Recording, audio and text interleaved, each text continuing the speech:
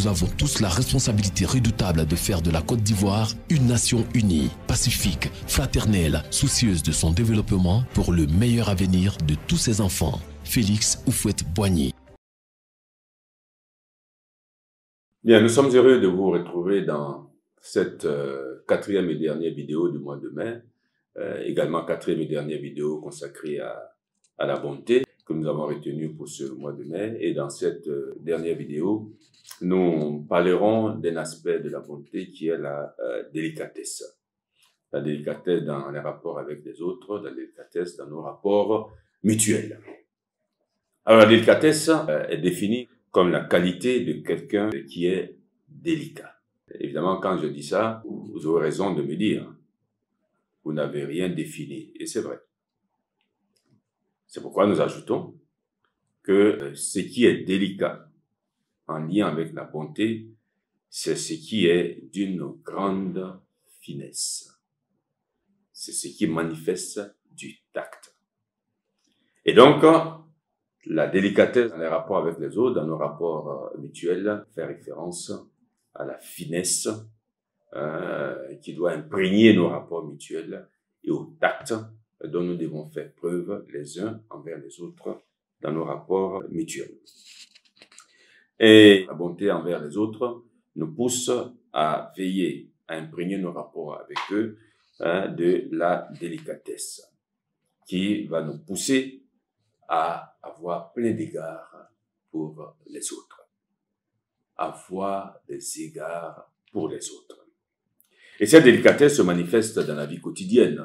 Elle se manifeste de façon courante. Et se manifeste plusieurs fois dans la vie quotidienne. On va souligner quelques aspects. Par exemple, faire attention au bruit gênant. Ne pas gêner les autres par le bruit. Ne pas claquer les portes. Qui en plus de faire du bruit les abîme à la longue. Et parler ou rire sans tonitruer. Surtout quand les autres travaillent ou se reposent. Avoir vis-à-vis des autres des propos aimables, des propos qui aident à construire ce qui est bon, et non des propos qui poussent à la dispute et aux querelles. Il y a des gens, quand ils ouvrent la bouche, comme on dit couramment, c'est pour faire palabre. C'est pas normal.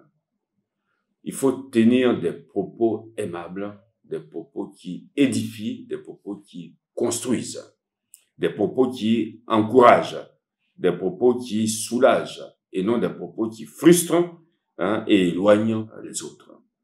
Et beaucoup de choses du même genre.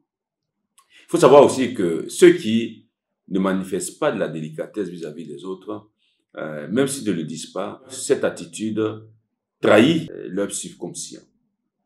En ce sens que ceux qui se comportent de cette manière trahissent l'envie de se faire remarquer ou, plus grave, le désir d'écraser les autres, de montrer que c'est eux.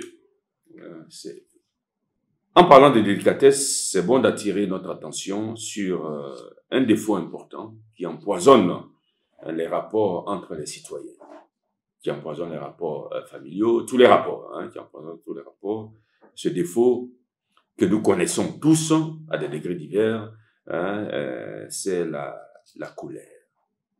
La colère, ce violent mécontentement, ce mouvement agressif envers quelqu'un ou quelque chose. Les spécialistes de ces questions-là, pas les spécialistes de la colère, mais les spécialistes qui s'intéressent à ces défauts, à la colère, nous disent qu'il y a deux formes de colère. Il y a la colère rouge et la colère blanche. Et ces spécialistes donnent les caractéristiques de ces colères. Ils disent que dans la colère rouge, par exemple, qui est appelée aussi colère expansive, le cœur bat avec violence. Il pousse le sang à la périphérie. La respiration s'accélère. Les veines se gonflent. Les cheveux se dressent. Les narines se dilatent. Des étincelles viennent d'arriver. En fait, la personne, comme un fauve, est prête à bondir sur l'objet ou la personne qui la contrarie. C'est la colère rouge et expansive.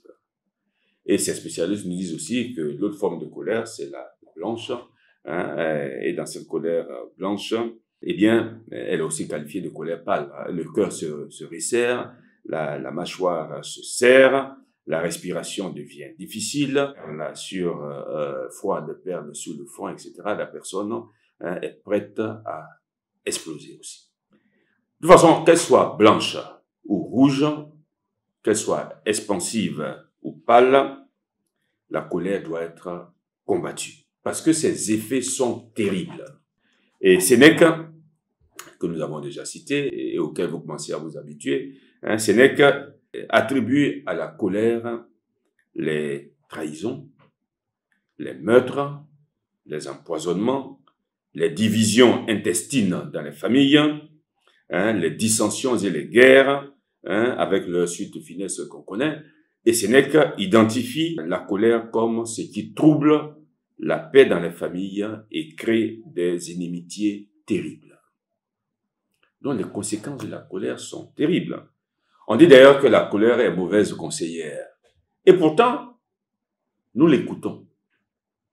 On peut n'écouter pas un mauvais conseiller, parce que s'il donne des mauvais conseils, ce n'est pas bon pour ce que nous devons en faire. On dit que la colère est mauvaise conseillère, et pourtant, nous écoutons la colère, c'est-à-dire que nous agissons et nous parlons sous l'effet de la colère, donc nous l'écoutons. Il est bon de préciser qu'il y a un cas où la colère est légitime. Pour que la colère soit légitime, il y a 3 conditions qu'il faut connaître. La première condition, c'est que la colère soit juste dans son objet. C'est-à-dire que cette colère ne vise qu'à châtier celui qui le mérite et dans la mesure où il le mérite. Donc, juste dans son objet. Châtier celui qui le mérite et dans la mesure où il le mérite. Deuxième condition, il faut que la colère soit modérée dans son exercice. C'est-à-dire n'allant pas plus loin que ce que réclame la faute commise et suivant l'ordre que demande la justice. Et la troisième condition pour que la colère soit légitime, c'est qu'elle soit exercée avec charité, c'est-à-dire ne cherchant que la restauration de l'ordre et l'amendement du coupable, et non pas dominée par des sentiments de haine et de vengeance. Donc, à ces 3 conditions, on considère que la colère est légitime. Alors, pour combattre la colère, pas la légitime, mais celle malheureusement à laquelle nous nous laissons tous aller, combattre la colère, il y a des conseils qui sont donnés. On va en citer quelques-uns. Un premier conseil, c'est, et peut-être le plus important, c'est de travailler sur son tempérament. Si on a un tempérament qui nous pousse à la colère, si on est quelqu'un de coléreux, il faut travailler là-dessus. Il ne faut pas dire, je suis né comme ça, vous me prenez à ma colère ou non, ça c'est pas responsable de dire ça. Pour un homme mûr ne tient pas de propos pareils. On peut toujours s'améliorer. La colère n'est pas une qualité. On a dit c'est un défaut. Et donc il faut travailler sur ça. Si on a cette tendance à la colère, il faut travailler là-dessus. Ensuite, il faut utiliser certains moyens hygiéniques. Tel qu'un régime alimentaire pour favoriser une bonne digestion. C'est vrai qu'on dit souvent que le système digestif est le 3e cerveau. Ça veut dire que quand le système digestif va mal, on n'est pas à l'aise et on n'est pas content. Et donc, il faut avoir un bon régime alimentaire pour avoir une bonne digestion. Il faut s'abstenir des boissons excitantes. Et il faut prendre des bains tièdes ou froids. Ça dépend des uns et des autres. Voilà, ça c'est les moyens hygiéniques et d'autres moyens hygiéniques aussi que vous connaissez. Et puis il faut faire des exercices. Il faut se relaxer. Il faut se relaxer pour dominer la colère. Et il faut toujours réfléchir avant de parler ou d'agir. Pourquoi? Parce que si on fait pas ça, on se laisse aller aux premières impressions qui sont pas forcément les bonnes. Donc il faut toujours avoir un peu de recul.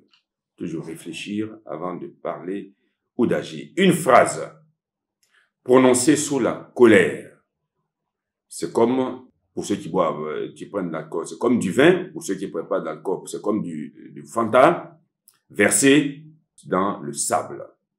On ne peut plus ramasser ça. Vous avez beau sucer le sable, mais vous n'aurez pas ce vin qui a été versé, ni le contenu du Fanta qui a été versé. Donc une phrase prononcée sous la colère, difficile de réparer. Et donc, faisons très attention, surtout dans la vie familiale. quand une femme ou un mari lance des paroles méchantes au visage de son conjoint, réparer ça, ce n'est pas toujours évident.